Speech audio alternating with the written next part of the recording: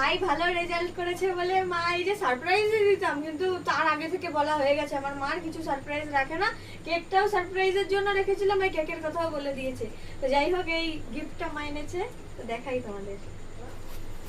এমনিও বার্থডেতে দিত, আরো ভালো রেজাল্ট করার জন্য গিফট। এদিকে নিয়ে এসে দেখাবি। এখন যা রূপোর দাম, প্রচুর প্রচুর দাম, তো যতটা পেরেছে ততটা দিয়েছি।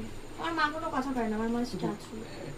তাও 6,500 টাকা লেগেছে, যতটা পেরেছে মানে 6,500। আমার কাছে অনেক ওইটাই। পরিয়ে দাও তুমি।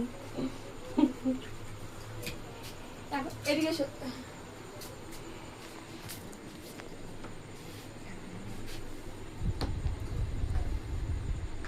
খুশি? হ্যাপি?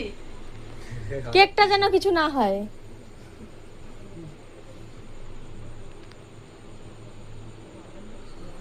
লাগছে না?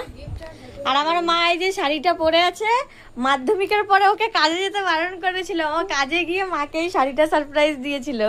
আমাকে আর কে পায়? মেয়ে কানের দিয়েছে, ছেলে শাড়ি দিয়েছে, আমি খুব হ্যাপি। এই তো জীবন, আমরা এভাবেই যেন ভালো থাকি সারা জীবন, তোমরা এটাই আশীর্বাদ করো।